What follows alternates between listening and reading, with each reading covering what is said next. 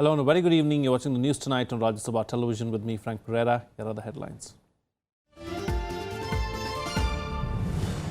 Prime Minister Narendra Modi holds talks with Bangladesh Premier Sheikh Hasina. Both sides signed 21 pacts. Concessional credit of $4.5 billion announced for Bangladesh projects.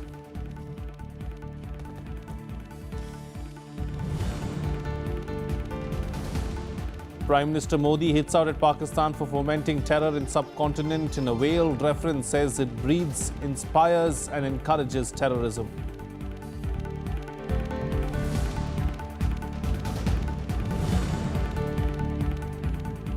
Masked robbers shoot dead 26-year-old Indian at a gas station in Washington. External Affairs Minister Sushma Swaraj assures that Indian consulate will extend all assistance to victims' family.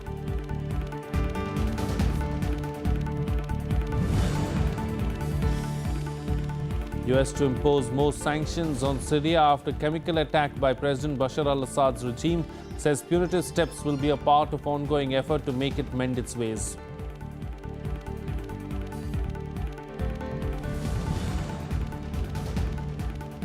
And Mumbai Heroes win T20 cricket match against MP's 11 in Dharamshala. Match was part of a two-day event, the first TB-free summit to raise awareness of the national endeavour to eradicate tuberculosis in India by 2025.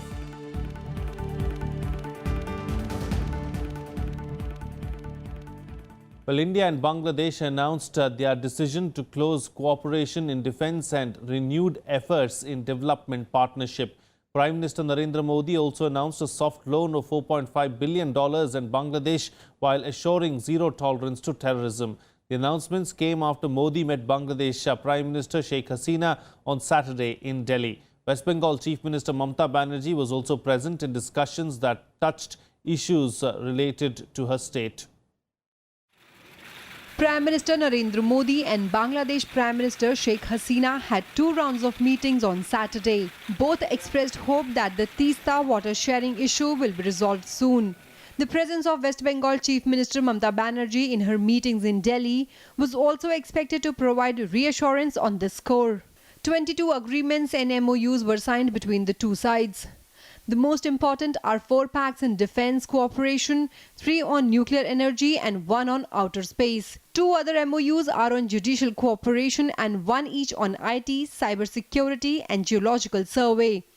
3 shipping agreements related to passenger and cruise services and lighthouses construction. I assure you and the people of Bangladesh of our commitment and continuing efforts.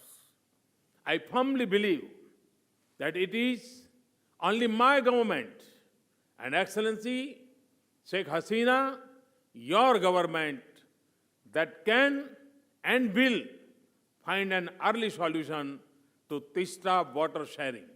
Our borders peaceful and free from criminal activities. We also place the zero tolerance against terrorism and violent extremism. This morning, Prime Minister Narendra Modi and I had a productive meeting. We sat together to take our excellent bilateral relations to a new height. Both Prime Ministers also announced a $4.5 billion line of credit for Bangladeshi development projects and $500 million to purchase defence equipment from India. Both Prime Ministers also flagged off new train services from Kolkata to Dhaka via Khulna and a bus service between Kolkata and Dhaka. I agree that greater connectivity is vital for the development of the region. We have also witnessed flagging of new passengers bus services for Khulna-Kolkata route, Khulna-Kolkata passenger train and reopening of Birol-Radhikapur rail route for freight. We jointly released a Hindi version of unfinished memoirs of Bangabandhu Sheikh Mujibur Rahman. I would also appreciate naming of a road in New Delhi after Bangabandhu Sheikh Mujib.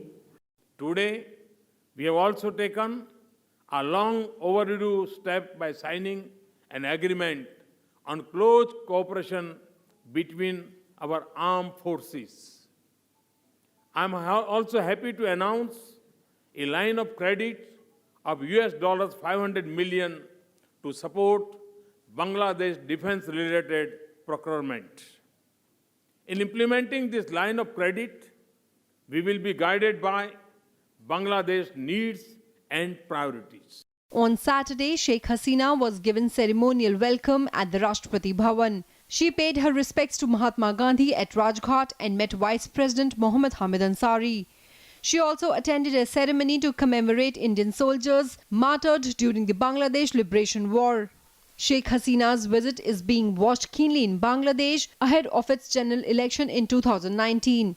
The outcome of her visit is expected to play a significant role in her electoral prospects. There are indications in deliberations of both the Prime Minister that before 2019 elections in Bangladesh, the issue of Tista will be resolved.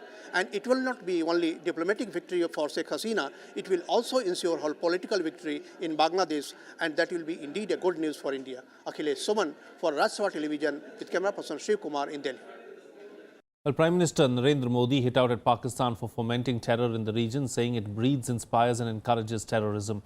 Speaking in the presence of Bangladesh Prime Minister Sheikh Hasina at a ceremony to honour families of martyrs of the 1971 Bangladesh Liberation War, Modi said India is a victim of terror ideology. Without naming Pakistan, Modi said, contrary to the ideology of development followed by India and Bangladesh, there is one country in South Asia whose ideology and policies promote terrorism.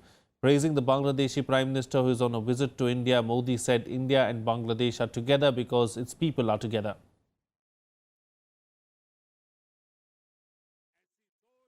हर क्षेत्र में हमारा सहयोग, परस्पर शांति, साझा विकास, आपसी विश्वास तथा क्षेत्रीय विकास की सोच की सफलता के टेंजिबल प्रमाण है। साथियों, लेकिन दुख की बात है कि इन दो विचारधाराओं के विपरीत भी दक्षिण एशिया में एक मानसिकता है। ऐसी सोच जो कि आतंकवाद की प्रेरणा तथा उसकी पोषक है। ऐसी सोच जिसका वैल्यू सिस्टम मानवता पर नहीं अपितु हिंसा, अतिवाद, आतंक पर आधारित है, जिसका मूल उद्देश्य है टेररिस्ट द्वारा टेररिज्म फैलाना। Well, External Affairs Minister Sushma Swaraj has sought a report from Delhi officials over an attack on a German national in the capital. In a suspected case of robbery, a German man was stabbed in North Delhi's Kotwali area late on the night on Friday. According to the police, the man was also stabbed multiple times by a rickshaw puller. The police identified the German national as 19-year-old Benjamin Skolt, who came to India last month. An FIR has been lodged in the matter and the condition of Skolt is said to be stable.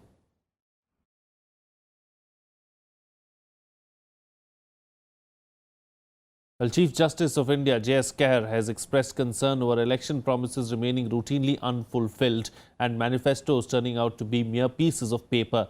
Speaking in the presence of President Pranab Mukherjee, the CJI said political parties give brazen excuses like lack of consensus among members to justify non-fulfillment of poll promises. He said manifestos remain pieces of paper due to short-term memory of citizens, but political parties must be held accountable. On the manifestos released during the 2014 general elections, the CJI said none of them indicated any link between electoral reforms and constitutional goal of ensuring economic social justice to the marginalized section.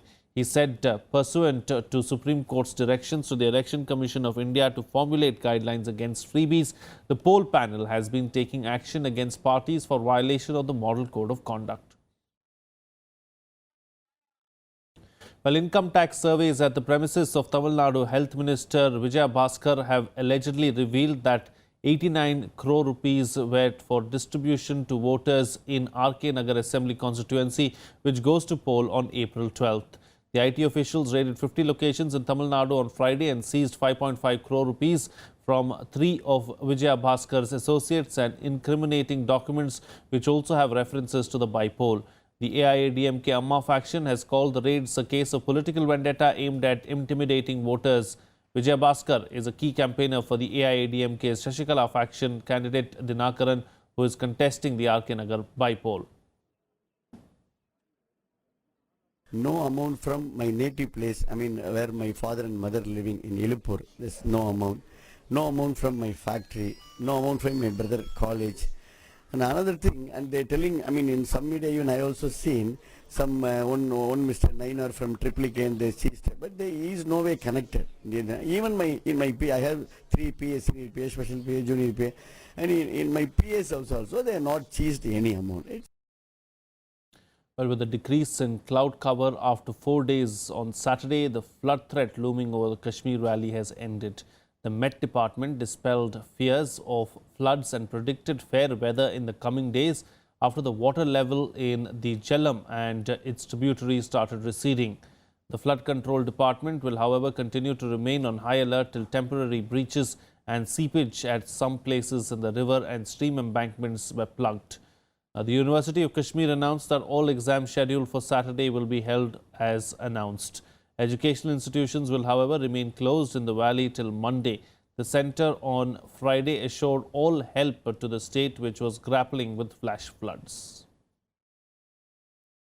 बहुत कम बारिश हुआ है तो overall improvement आया है काफ़ी पिछले जो 3 दिन में जो सूरत हाल पैदा हुई थी बारिश की वजह से तो बहुत इम्प्रूवमेंट आया है तो आने वाले दिनों में भी हमारा जो फोरकास्ट है वो ऐसे ही रहेगा ड्राई है फिलहाल 12-13 अप्रैल तक तो आज थोड़ा सा लाइट ड्रिजलिंग टाइप का रहेगा लाइट रेनफॉल तो इसमें कोई पैनिक होने की ज़रूरत नहीं है लोगों को.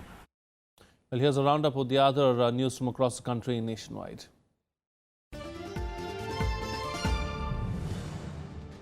Militants opened fire on a police team near an election meeting venue of the ruling PDP in poll-bound Anantnag district in South Kashmir.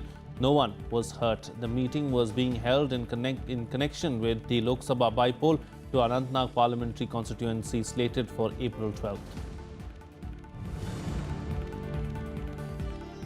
The Federation of Indian Airlines, comprising 4 leading private carriers, today revoked the flying ban imposed on Shiv Sena MP Ravindra Gaikwad. The move comes a day after Air India lifted the flying ban. FIA said it was restoring the flying privileges under the assurance that their assets and colleagues will be accorded the respect they deserve for hard work.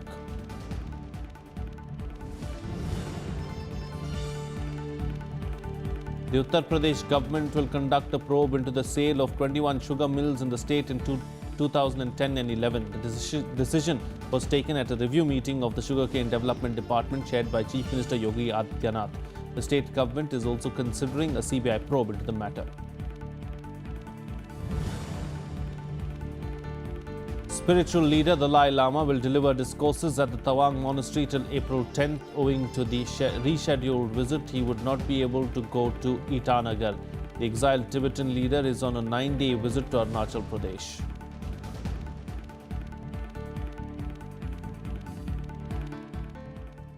Well, Vice President Mohammad Hamid Ansari's wife Salma Ansari called on Muslim women to read and understand the Quran instead of following the preachers blindly. Speaking at an event in Aligarh, Salma Ansari spoke on the subject of triple talaq, stating that saying talaq 3 times alone does not amount to anything. She further added that women in India are being misguided on the issue and should read the holy book themselves to clear the doubts.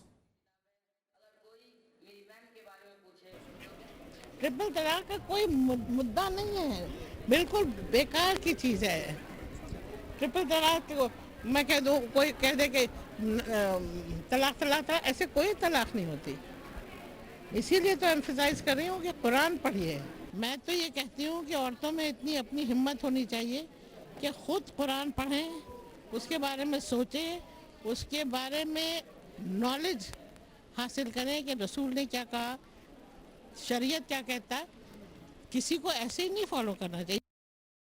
Well, it's time for a short break now, but news and updates will continue on the other side. Stay tuned. We'll be right back.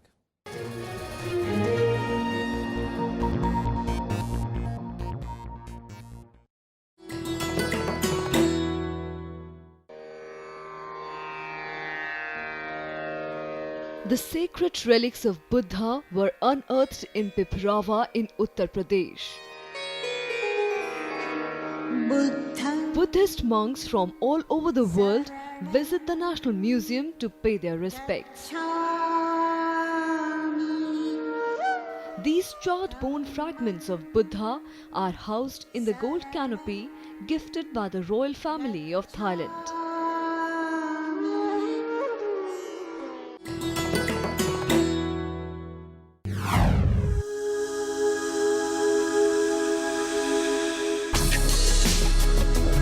Tales that inspire.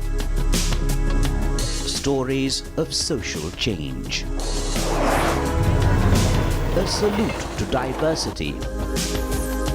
Promoting public discourse.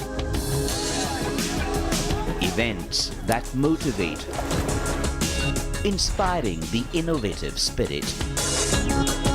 Watch Rajya Sabha television documentaries.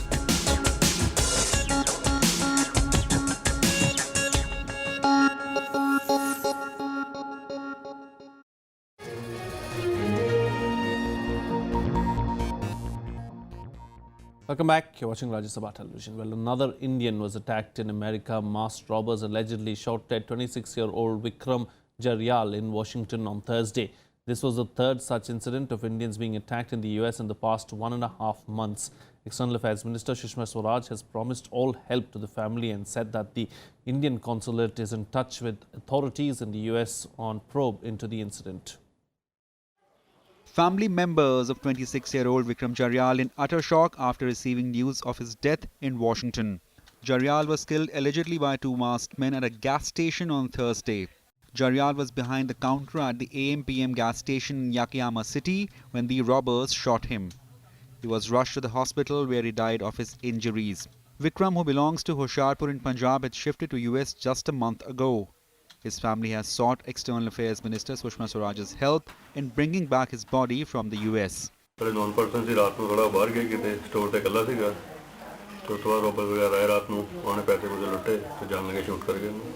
Local police are looking for two intruders caught on surveillance camera leaving the store. Condoling the tragic death, External Affairs Minister Sushma Swaraj tweeted that Indian consulate in San Francisco is helping the family and following the matter up with the police authorities in the US.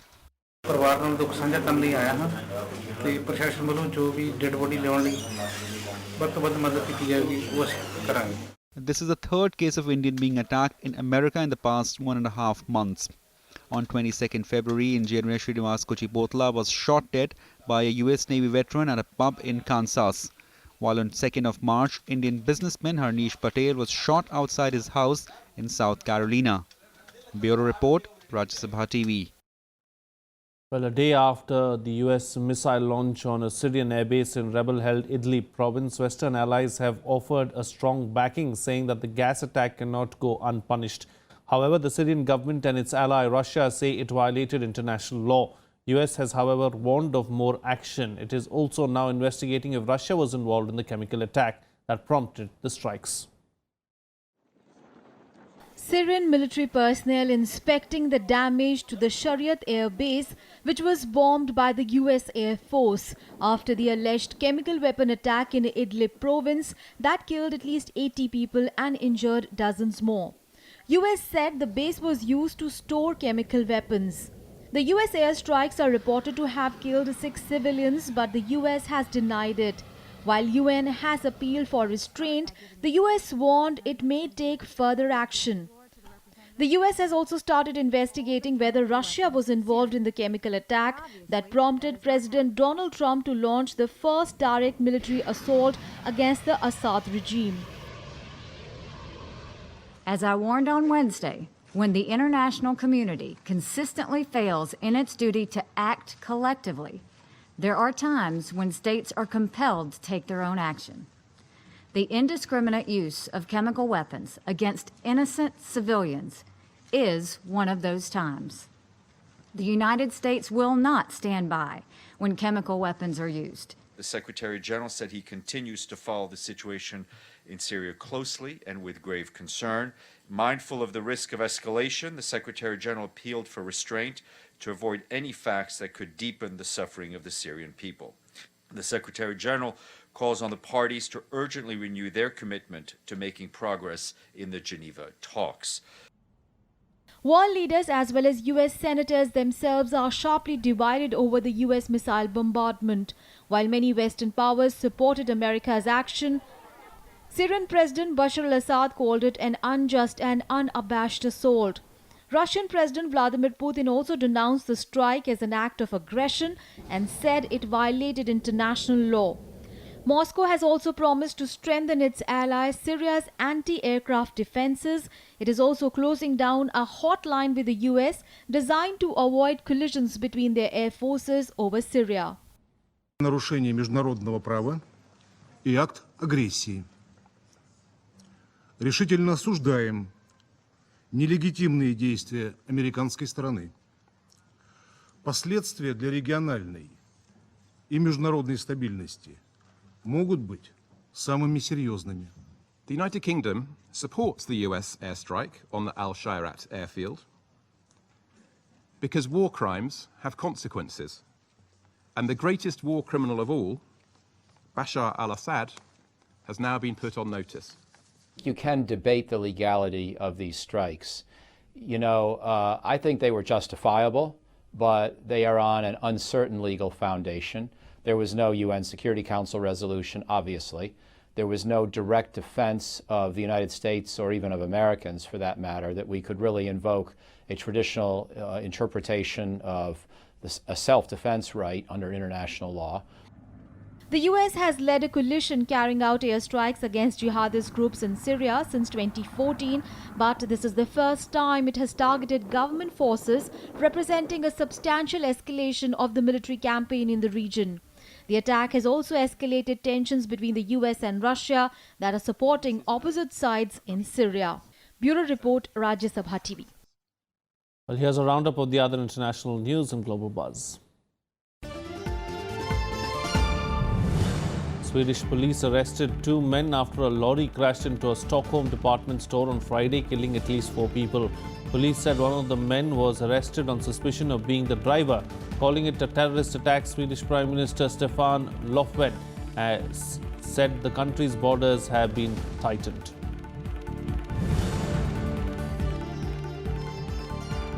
The US Senate on Friday gave Donald Trump the biggest triumph by confirming his Supreme Court nominee Neil Gorsuch.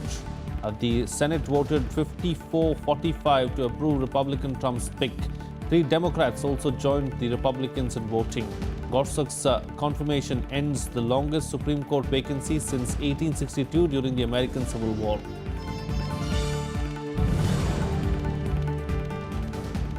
China and Norway signed a pact to resume free trade negotiations, signaling restoration of diplomatic ties 6 years after Beijing froze relations with Oslo. The pact was signed between Chinese Premier Li Keqiang and Norwegian Prime Minister Erna Solberg. The bilateral ties deteriorated after the Oslo-based Nobel Committee conferred the 2010 Nobel Peace Prize on convicted Liu Xiaobo, who campaigned for civil rights.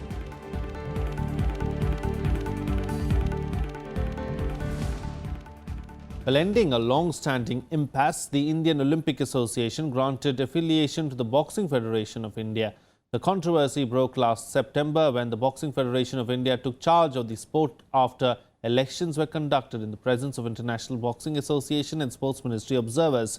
The IOA initially refused to grant recognition to the federation, saying it still considered the now defunct Indian Amateur Boxing Federation as the official national body. It eventually referred the matter to its affiliation committee after persistent requests from the BFI. With this affiliation, the BFI has become the fully recognized body for Indian boxing, having already been granted affiliation by the AIBA and the Sports Ministry. Well, members of Parliament played a T20 match against Bollywood celebrities in Dharamshala in a bid to raise awareness about tuberculosis. The match was part of the first national summit to fight against TB that started in this hill station on Friday. Batting first, after winning the toss, the parliamentarians led by Lok Sabha MP Anurag Thakur put up a formidable score of 221 runs in their allotted 20 overs. Prashant Chopra made a stroke-filled century, while skipper Anurag Thakur pitched in with a fighting half-century. The Mumbai Heroes, led by Bobby Deol, had a sedate start but soon enough took advantage of some loose bowling by the parliamentarians to overhaul the target to make 224 runs, losing just 2 wickets. Mumbai Heroes won the match with over 3 overs to spare. Now, the parliamentarians team included Jay Panda, Mohammad Azharuddin, Gaurav Gogoi, Jayant Chaudhary, Dipender Singh Hooda and Sanjay Jaiswal. Earlier, Bollywood actors, MPs and health experts addressed the summit to bring national focus on eradicating TB in India by 2025.